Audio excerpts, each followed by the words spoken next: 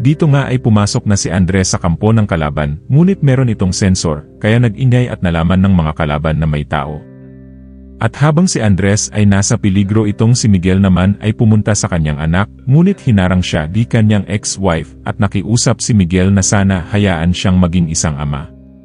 Mickey! Awas ko, no, don't be afraid. Come here, talk to me, son. Kaya kong buhayin yung anak ko. Hayaan mo naman ako maging ama. Please! At dito naman itong si Thomas ay tinanong ng kanyang tiyo kung saan siya nakakuha ng abogado at ang sagot nito ay wala siyang kinukuhang abogado, ngunit sino daw ang abogado na nasa labas. Saan ka nakakuha ng abogado? Ano ka sabihin nyo? Wala akong abogado. Wala naman ako. Meron. Naroon sa labas. At habang nagtataka si Thomas kung sino ang kumuha ng abogado, itong si Andres naman ay hinahanap ng isang lalaki na mukhang kaaway nito, ngunit wala dun si Andres. Si Andres. Wala dito. Emil, wala nga dyan si Andres. Kung makailam ha.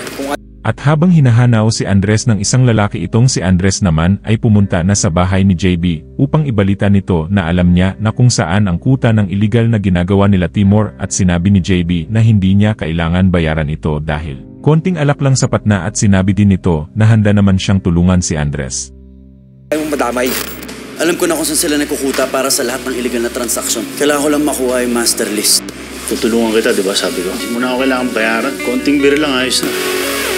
Siguradong doble-doble ang security sa lugar na ito. Ang kailangan natin dyan, mata sa loob. Isa sa sa may kalayuan, hindi sa atin yan. Tara!